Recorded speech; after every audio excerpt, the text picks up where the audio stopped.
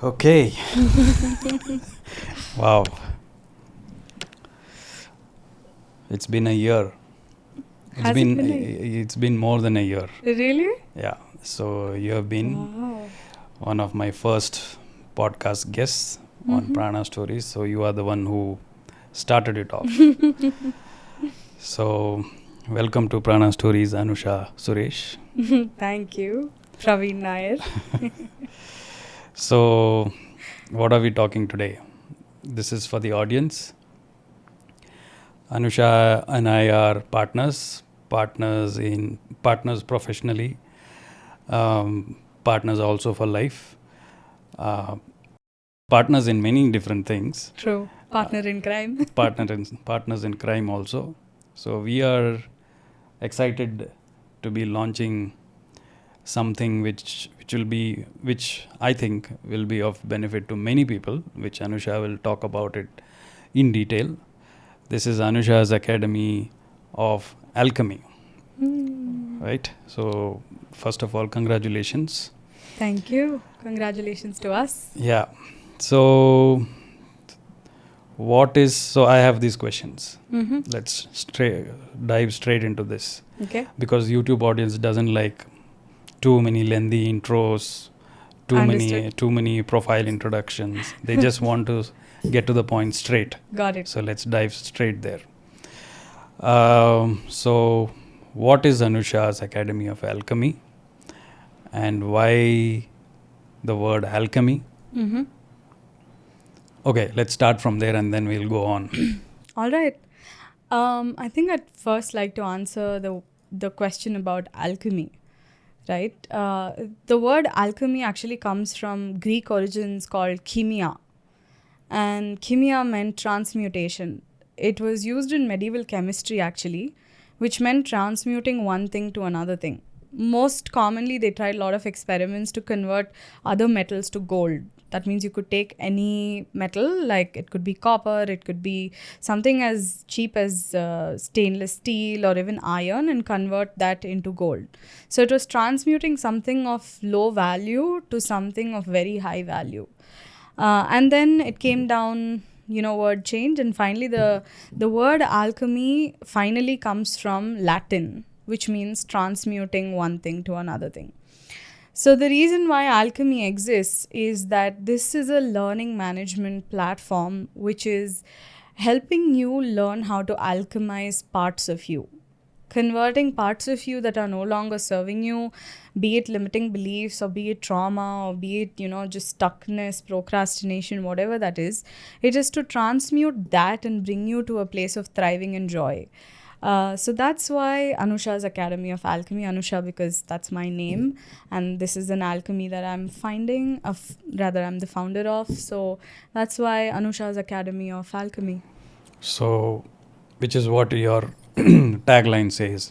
Yes, and it's a temple of transformation. That's the tagline, which is temple of transformation, because I believe that the wisdom cultures across the globe have so much to offer. And this is really I find it to be sacred to be doing inner work, to engage in your inner world, to transmute your inner world. That it's not about the world around us that there's something wrong in, but the moment you change something inside of you, everything around you kind of shifts and changes. So that's why this is called a temple of transformation, because this is sacred work, and your body, your mind, and your spirit is a temple that hosts the divine. So this is temple of transformation. So that's why Anusha's Academy of Alchemy, the tagline being temple of transformation. So what do you say to people if they ask you, is it a religious organization? That's a good question. No, it's not a religious organization in any means. There are going to be elements from Sanatana Dharma, but there are equally going to be elements from shamanism. There's equally going to be elements from Egyptian alchemy that I have learnt of. There are practices from Chinese Taoism. So like I said, it's an amalgamation of wisdom teachings from across the globe. wisdom alchemy teachings of there are alchemical practices in different cultures. Ancient cultures across the globe have alchemical practices. Now, what do I mean by alchemical practices? What I mean by this is energy practices. It could be like, for example, the Qigong is a energy practice that belongs to Chinese Taoism. Similarly, we have Kundalini practices, which are part of Indian energy practices. Similarly, we have Egyptian alchemical practices. We have, the Celtic, the pagan practices that are coming from Central Europe. Similarly, shamanic practices, which are coming from Central America, Southern America. So these are all energy practices, alchemical practices that help us go deeper into the wisdom of not only ourselves, but give us a deep connectedness to the planet as a whole, natural elements, tree spirits, plant spirits, and it's just magical and juicy. So it is definitely not religious. It's in no way asking anybody to convert to something, and it's not like that. But it does have elements from Hinduism, as it does many other cultural practices, more than religion, I would say. Okay, so I mean, if you ask me, there's nothing wrong in saying Sanatana Dharma and even the usage of the word Tantra, right? Because I think you didn't use the word Tantra. Yeah. Why is that? It does have tantric practices. The reason why I did not use the word Tantra is because Tantra is a huge blanket. It's got many different elements that come under it. Especially Indian classical Tantra, I think, is an ocean. And of course, there are elements and teachings of Tantra that have inspired this work. Without a doubt. Without that, Anusha's Academy of Alchemy wouldn't exist. It is driven by the goddess. That is how I see it. That's how I see Anusha's Academy of Alchemy. The entire academy is guided by the goddess, and for my connection with the goddess to exist, Tantra has played a very, very huge role. So in some ways, Tantra is deeply embedded in the DNA of this academy, and yet the reason why I choose not to use the word Tantra is, like I said, it's a huge blanket, and I don't want to misappropriate the word by using it. There are practices which are inspired by it, but what I believe is, unless I can really, which I will in the future, unless I can really represent what Tantra is within a course or within an offering, I don't want to use that word very frivolously and very loosely just because it's trending. Because I believe it would disrespect an entire lineage, multiple lineages of wisdom teachings from India if I use that word. So that's why I'm refraining from using that word. Of course, in the future, we will have many elements of Sri Vidya inspired practices or Sri Vidya practices which God willing, goddess willing, be a part of the academy page. Then I will proudly flaunt that Tantra is a big part of this. But right now, in phase 1, it has teachings which are inspired by Tantra, but it's not classical Tantra. So, people who are already doing that, you are swimming against the trend. People who, who do a lot of Kundalini in 30 seconds and Kundalini in 7 minutes and stuff like that, they're all calling themselves as tantric practitioners, and which is making a lot of money. So are you saying that you don't want to make that kind of money using Anusha's Academy of Alchemy? Yes and no, because for me this isn't about making money as much as it is about spreading awareness about the depth and the beauty and the complexity of rooted culture across the globe. Right? I feel like just frivolously using these words just to hook an audience and catch them, in my eyes, I find it to be a deceit. Especially because I am a Tantra practitioner. I have some knowledge and some wisdom about it. If I'm going to do the same thing, then there's no difference between me and somebody who doesn't know anything, who's ignorant and just using the word as a marketing gimmick. Because for one, Kundalini Tantra itself is a big ocean. Right? Like I said, Tantra itself is a big ocean, and that Kundalini Tantra itself is a big ocean. All of the practices which are there in Kundalini Tantra are only to prepare you for a Kundalini awakening. And again, I use this word preparing because that's what it's doing. It is not awakening your Kundalini in any ways. It's only preparing you for a Kundalini awakening by purifying the chakras in the body. So, in other words, all the practices that are there are actually chakra practices of how to move the prana through the body, how to purify the prana through the body, how to align the Ida and the Pingala, that is the Surya Nadi, the Chandra Nadi, the solar channels and the lunar channels, in order for the to make way for the Kundalini to rise in the spine.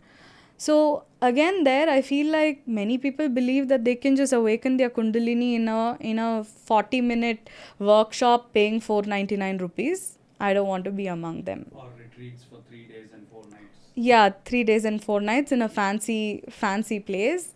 That doesn't awaken your Kundalini. Is there chances that your Kundalini may awaken? Well, yes. There are definitely chances that in anything the Kundalini can awaken. But that's an individual soul's journey. You can have a Kundalini awakening by a road accident also. There have been cases reported of Kundalini awakening from a road accident, from a trauma, from a normal, regular breath work. There have been cases of that. But can you actually market it by saying, come join this retreat and have your Kundalini awakened? I find that to be a little shady. Okay, so what does, if I come on to Anusha's Academy of Alchemy, I'm sure there is a web address to it. Yeah. So if I come on to that web address, what do I get to see? What are you offering? So right now, as soon as you come to academyofalchemy.in, that is the web address. It's going to be out soon and I'm super excited about it. So if you do come on the web address, what you would be seeing is a couple of offerings, 4 of them to be specific.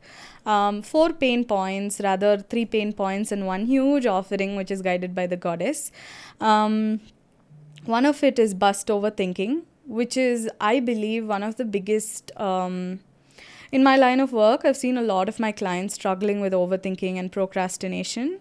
So that's going to be the free offering that I'm giving on the website. Oh, that's completely free? Yes, that is completely free. So anybody who comes on the website can take that course and use it.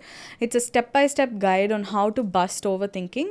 Because when I was thinking about I should create a free course, I kept wondering like, what should I do? Should I do like meditation 101, breathwork 101? But then I thought that rather than it being something generic like meditation 101 or breathwork 101, I wanted to get very specific. So as I went back through all the hundreds of clients that I've worked with, the common thread that I saw in most of them and most of the people that I interact with is overthinking.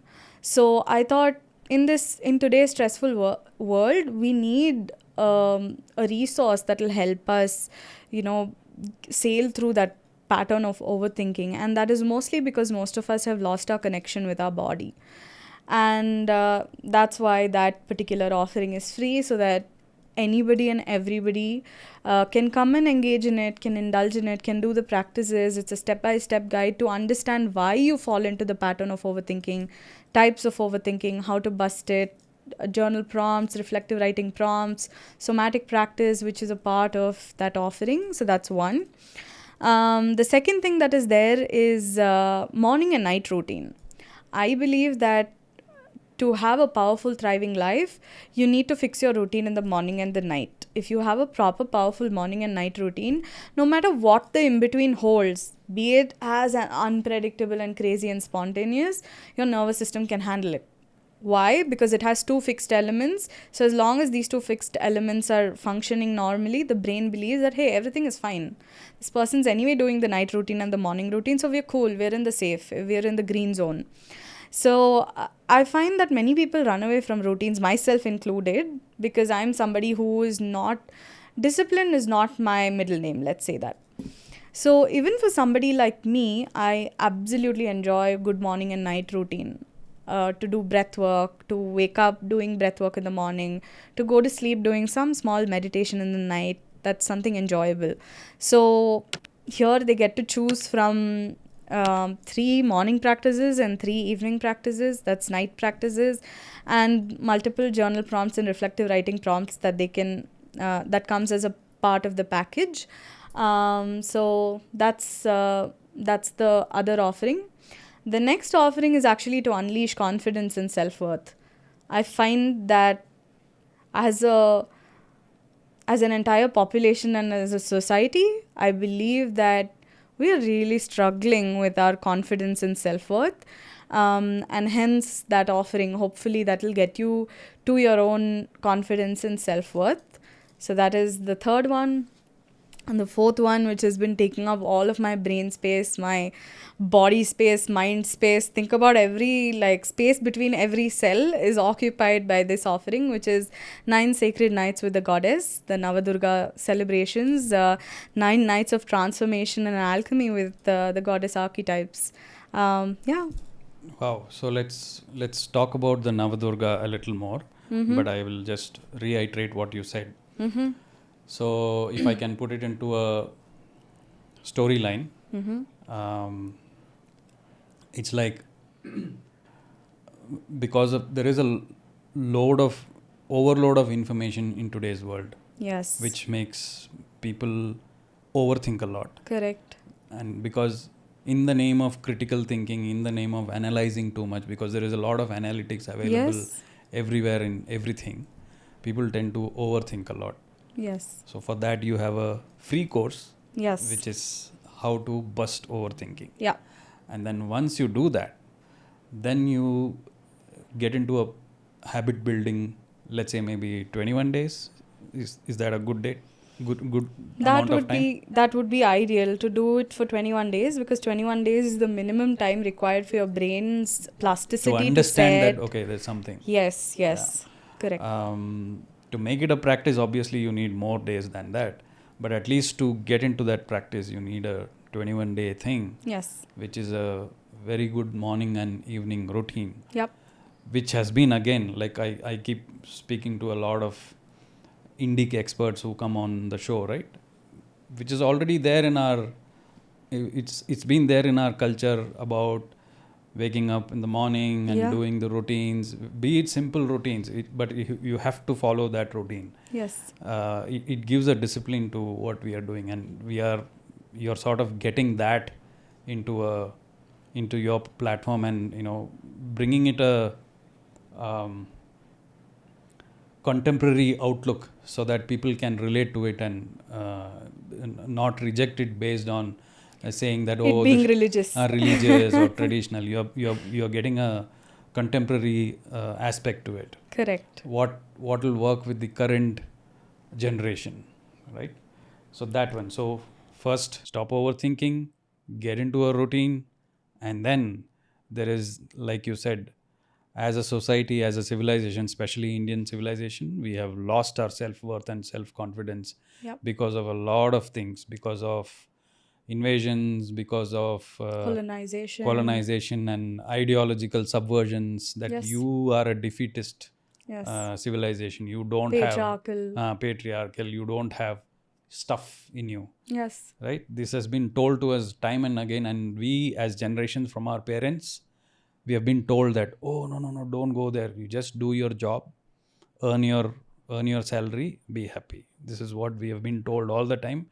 Still today we continue to do that. Yeah. So that self-worth and self-confidence, if as a civilization we have to grow, I think even personally I have to build my self-confidence and self-worth. Absolutely. Right. And now let's talk about a little about Navadurga. What does it entail? Okay. So the Navadurga, the 9 sacred nights with the goddess, entails practices, japa practices. Just to interrupt, sorry. Is it like a time-bound thing? Yes, it is a time-bound thing. It's going to, so in a year we have 4 Navratris that come up. So it's going to be a time-bound thing which will open up around every Navratri season. So it's going to be a recurring thing. It's going to be an offering that is recurring, but it's not going to always be there on the website, on the platform. Now it's opening up because the launch of the academy itself is happening during the Navaratri season. So what better way to launch it with the goddess herself? Because I believe that, like I said, she's woven into the very fabric of my being. So anything and everything that I create, I believe that it is her working and not me. And many things have happened through even this journey of building out the academy, and that have felt like divine intervention. of her steering us in the right direction. So this is a time bound thing. So it starts you can purchase the 9 Sacred Nights, the course beforehand when we launch the website. That is on September 30th. That's on September 30th. Yes. We'll be launching on September 30th. All the offerings are available for buying, for purchase, of course, apart from the complimentary offering. All the courses are open to be bought. You can buy them and you can start using them immediately, except for the 9 Sacred Nights. Only that particular course, you can buy it whenever, but it will open up only on 3rd of October. That is the first day of the Navaratri. And it will continue for 9 days after that. And at the end of it, you will still have access to it for about 10 days for those of you who have, missed a day or two and you'd like to still continue. So it will still remain open till, let's say, the end of the month. And after that, it will go away and come back next Navaratri season. So that's the plan for now, that it will come back with, many of the elements will be same. There'll be some added elements depending on the flavor of that Navaratri, because each Navaratri has a different unique flavor that it gives. Yeah. So I would like to say, because since I have also worked in this, so to the audience, each course is it will have a video content, and it will also have playbooks, which are journals basically. Yeah, reflective writing prompts. Prompts, and it will also have meditation music, as well as the guided meditation videos. Somatic practices. Yeah. You get all of this in the course. Yes. And especially with Navadurga, each Durga or each deity, each one has a story. So you will get the story, you will get the somatic practice of it, that is including the breath work. So the way that I have divided it is morning and same, like morning practice and evening practice for the Navaratri season. Yeah. So you can think of it like a morning and night routine, but very guided by the goddess archetypes of the 9 days. So the morning starts with the storyline of the goddess. So there's an entire depiction of the storyline, what each goddess is and all of that. And then there's a japa practice that we've recorded together. So there is going to be that. So this is the morning practice. The evening practice will have a reflective writing piece that you get to journal in, and a somatic practice, which is going to be a very powerfully guided practice with the body, mind and spirit, bringing into union with the energy of that day. So if it is day 1, it is Shailaputri. If it is day 2, it's Brahmacharini. What is the difference now when you type Navaratri on the internet today? You get all these information about what are the Navaratris, what are the Navadurgas. There are specific colors for each of the deity, right? Yes. And especially in a corporate environment, this is a time of dressing up. Correct. I used to, I still call it in my day job that I call it the fancy dress time, right? So especially women get to wear all the different colors, and there is a WhatsApp group that happens, and they say, oh, today is blue, today is red, today is green. So somehow I feel the Navadurgas have been reduced to colors. Correct. Right? Yes. And whatever, some people do make some sweets and come, and then that's about it. They just do it. Yeah. Or okay, let's put it this way. On the internet, you will find many other information also. Yes. So what's the difference between somebody this offering, what are you offering, and what if someone goes on the internet and just gets all the information? What's the difference? Or somebody can go to the YouTube, to YouTube and say, okay, this is the mantra, and do all that. So what's the difference you're providing? Very valid question and very beautiful question. So yes, I completely agree with what you're saying. Navaratri has been reduced down to being a color code, or just being about, going to people's homes. Or for example, in South India, we have something called Golu, which is like the doll festival. So it's about visiting each other's homes and looking at their doll display. That's what it is brought down to, which is not bad, because it keeps the culture going. But what I believe is that it has reduced it down to a very external things. Even the stories I've seen that some of the stories on some of the websites, as I was researching for the storylines and all of that, and also when I was going deeper into remembering what are some of the remarks that I have heard during Navratri season, it really made me quite surprised and shocked compared to what we have done. So one of the biggest differences in what I have done as in the Navadurga challenge, or in the 9 sacred nights, is that it is all about you. It is all about your inner world. It is all about how you are going inwards and how you are alchemizing, and in some ways going into union with each of these Shakti archetypes. That's how I see them. Because if you look at the storyline entirely, and I don't know if we are going to go into the storyline of each of the goddesses very briefly, but each of the practices are to awaken a certain specific energy internally. So that is something that has never been done before, and a blended approach to it, I haven't heard of it. Yes, there are some. So I see them as polarities. One side is all about the cultural aspect of it, the religious aspect of it, that you have to do puja in this way, you have to do it in a certain way, you have to chant this in this way, and it's like the opposite end of the spectrum. And then the other end of the spectrum is taking the same thing and doing a tantra retreat with 9 different goddesses, and it's all about just sexual practices. And it's like neither of this is right in my eyes. Like, I find both of them are missing out on a golden opportunity of union with the divine goddess, which is what has been my humble approach at this 9 sacred nights. Like I said, this is not at all my work. This is completely the goddess's guidance at every step of the way, including the practices and the prompts. I have had to sit in meditation and contemplation with each of these goddess archetypes to design this entire program. So, a lot of work has gone into it. And like I said, it's a blended approach. It has reflective writing also, it has somatic practices also, it has japa practices also, which are very rooted in our culture, which don't require initiation.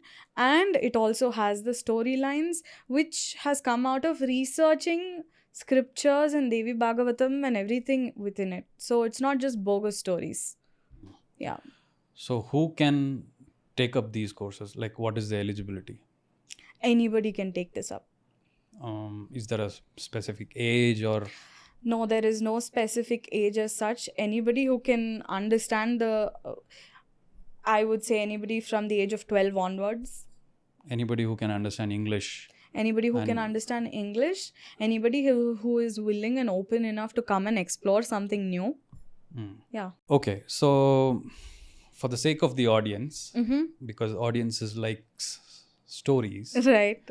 Can you just briefly just touch upon a few very interesting stories of the Navadurga, any one of the goddess, or you want, I mean, I leave it to you. Yeah, I think we can definitely walk through all the 9 goddesses in a beautiful way. Because it's all stories that tie from one to another, and that's what I find extremely interesting about this Navadurga celebration. From a child, I have always enjoyed Navaratri celebration, but today I'm in much more appreciation of it now that I know the stories and I understand it at a depth that I have never before. And I hope and wish the same for my audiences as well. Because I have always found the archetype of Shakti to be very coy, very beautiful, except for a Kali, who is a very sacred rage kind of archetype. But it's only during the Navaratri celebrations that I have gone deeper into the archetype, that I've understood the depth and the complexity of each of these archetypes and what they tell as a story. So it begins with day 1 being Shailaputri. Shailaputri is representation of Ma Parvati, who has taken rebirth on this planet. So her previous lifetime, we have all heard of the story of Sati, of how Shiva prevents her from going to her father's place for the big havan that's happening. But she goes there and she feels such a disrespect because Shiva is not invited. And then the tiff that happens and she immolates herself. She jumps into the pyre. And after that, Shiva is enraged and he's in grief. He's holding the Devi's body and he is in Tandav, and there's so much fear, and we know that story. So, cut to Parvati, Sati being reborn as Parvati back on this planet, to Himavan and Mainavati, or Menaka in some scriptures, the names differ. But she is born to the king of the mountain. Himavan is the Himalaya Parvata, the king of the Himalaya Parvata, or the embodiment of the Parvat itself. She represents newness, that the previous lifetime is over, that has gone. Now this is a new beginning. So Shailaputri represents new beginnings. What is something new that you want to do? How would you like to change? So think of it like New Year resolution, right? Like New Year, new me kind of a thing. That's what Shailaputri represents. This is an easy way of understanding the archetype of Shailaputri. There are more stories into that which I've covered in depth within the offering, but once Shailaputri is representing the newness, the truth still remains that she has a deep longing for Shiva. She still wants to go in union with him, and it's just the law of nature, right? For masculine and feminine to come together. Shailaputri represents the ultimate feminine archetype, while Shiva represents pure consciousness or divine masculine archetype. So the story moves to the next archetype of day 2, which is Brahmacharini. So Brahmacharini, the focal point is one-pointed focus of sadhana, of discipline, of focus, clarity, that no matter what comes my way, my eyes are going to remain where my focus is. My focus is ultimate union with the masculine. Now, this is not in a very sexual, physical way, but it's in a metaphoric way. For us to have union of the masculine and the feminine, that is the yin and the yang, to be completely in balance with each other. The esoteric meanings hidden within this is also balancing the Surya Nadi and the Chandra Nadi for the Sushumna to awaken and for the Kundalini to rise. That is the representation of Brahmacharini, pure, ascetic, going into sadhana. From there, the story continues towards Chandraganta. So, Brahmacharini has already met Shiva. Shiva has been pleased by this. There is a whole story of Manmata. We won't go into that. But, they have met each other. Now, the time for the wedding. So, it is said that he shows up in his full ghor.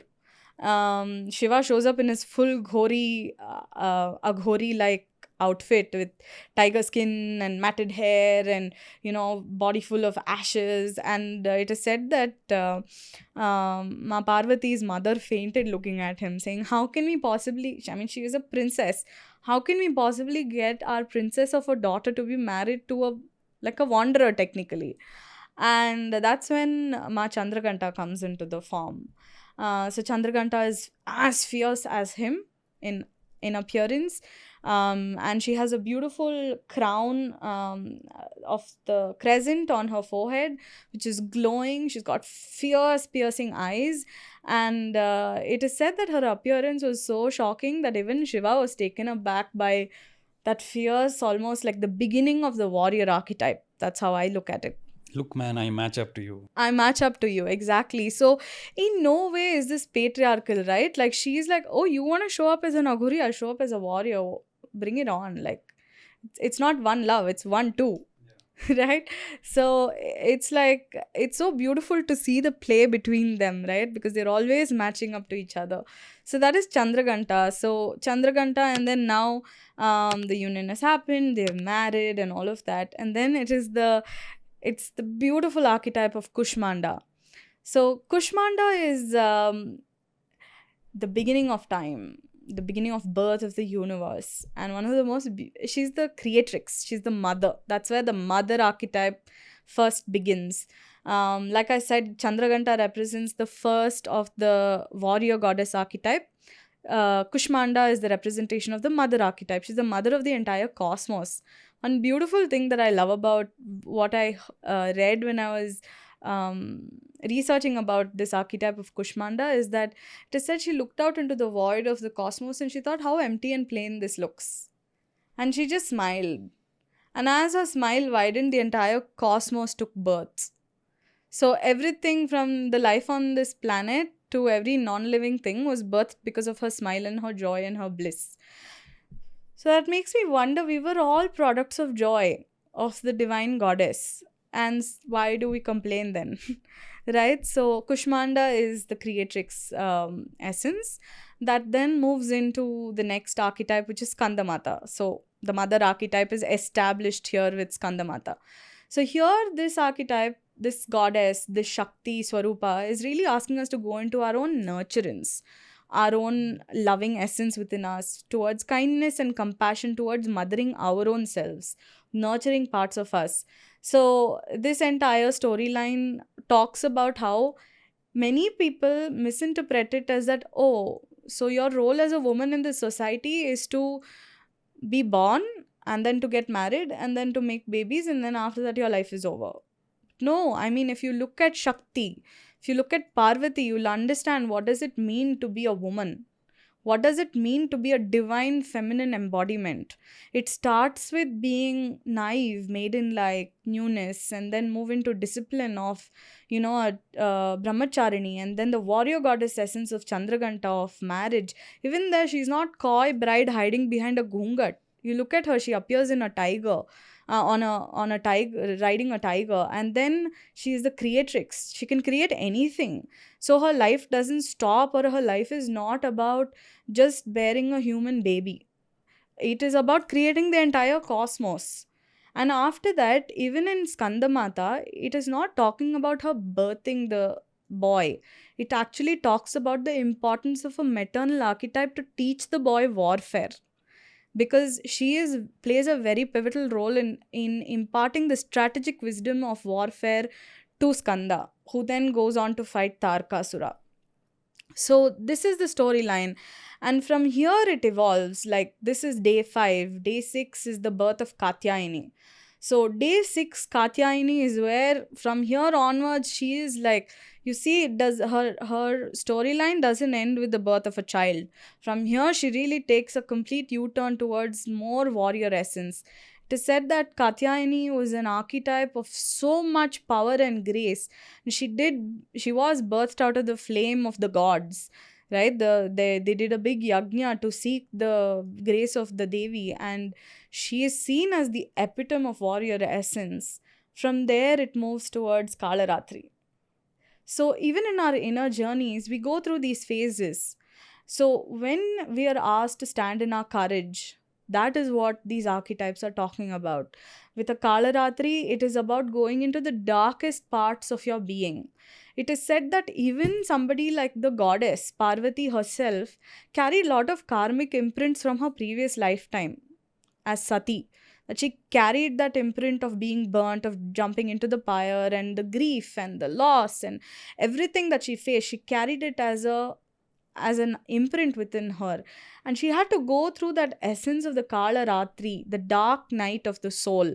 So, this dark night of the soul is not a foreign concept. It's not a fancy spiritual term. It comes very much from our Indian traditions. Kala Ratri means the darkest night that you can go through. If you feel like you're surrounded by darkness, nothing is going right, that's because Kala Ratri is in your life. Kali is in your life, that she is cleansing something from you. And these are some wisdom nuggets which nobody is talking about, because they have made it all about color codes. So from Kala Ratri, the beauty of it, I mean, the storyline, you have to hear it in the offering, because I feel like once I begin, like every piece will seem important. So I'm not going into the archetype of Kala Ratri very consciously, because it has to be like digested in full. So from there, she has killed Shumba, Nishumba, and all the demons. She has destroyed all the demons of the dark, and the metaphor is all these demons exist inside of us. So the Kala Ratri archetype, if we embody, we can fight all our inner demons, from fears to anxiety to greed to self-doubt to a lack of confidence. All of these are our inner demons, and the practices are also designed to fight our inner demons and embody and awaken our Shakti. So from Kala Ratri shows the end of evil era, end of the demons, and the goddess winning over the demons, demons, outer demons, all of it, and then moves towards Mahagauri on day 8. Mahagauri represents purity, renewal. Like you've gone through the darkest parts, you have digested the darkest parts of your karma and your vasanas, your vrittis, and you come towards Mahagauri, which is just pure. You're purified, your soul is purified. It is said that Mahagauri is the representation of the ultimate divine feminine who is ready for union with the divine or divine masculine, right? So this again is not from a very sexual perspective that I'm ready to, go with somebody, right? It's about your inner masculine essence, that I am ready now. From there, it goes to Siddhi Datri. Siddhi Datri represents the part of Ma Parvati who goes into union with Shiva to represent Ardhanarishwara. So the part of Shakti that is contributing to half of Shiva is Siddhi Datri. And this is also not physical union, because when Ma Kushmanda, the story ties back to Ma Kushmanda. When Ma Kushmanda birthed the entire cosmos, she also birthed Brahma, Vishnu, and Maheshwara. And she gave them their roles. She gave Brahma the role of creation, she gave Vishnu the role of preservation, and she gave the role of destruction to Shiva. She also created consorts for them, partners for them, think of it like business partners, right? She birthed Lakshmi and Saraswati also as part of this. And it is said that Lord Shiva did not just want to have her as a consort, he wanted to feel the divine feminine essence within him. He didn't just want union with the feminine, he wanted union with the feminine. He wanted to feel the feminine essence in him so that he will know what it feels like to be a woman. And that's when Siddhi Datri goes into union with Shiva. And this was a lesson to Brahma, because Brahma asked, okay, now you've created me and you've given me this role of creation. What do I create? How do I even begin to create? You only have to guide me. And that's when they do this leela of going into union to say that creation can occur only when the masculine and the feminine come together. So this also talks about all kinds of creations. If you want to create a business, if you want to create a new project, if you want to create a human baby, if you want to create something that has never existed in the world, that creation can happen only if your inner masculine and feminine are in union, are in alignment, are in sync. So this entire storyline, if you look at it, each of the archetypes have so much gift in them. Why isn't anybody talking about it? It's high time we did. Okay. So I'm sure people who enroll themselves on Anusha's Academy of Alchemy will get all of these special things like Navadurga, 9-day sacred nights, and of course the other things that we spoke about. Yes. So do you think, like the story that you mentioned, the Navadurgas, from a maiden to a Siddhi Datri, Yes. is that the transformation that one can expect? Indeed. If somebody enrolls on Anusha's Academy of Alchemy, this is what, as a benefit, or at least as a thinking, you will start thinking and you will go more inwards. So I think it's not even from a maiden. I think from a Pashu to a Siddhi Datri. Pashu, yeah. Like, because we are all so much in a... We are all Pashus. We are all Pashus. We are like in an animalistic kind of survival. What do I need next for my next meal, next this thing? We're in like Pashu state. We are not even there to match up to a Shailaputri. Forget being a Siddhi Datri. We are a Pashu.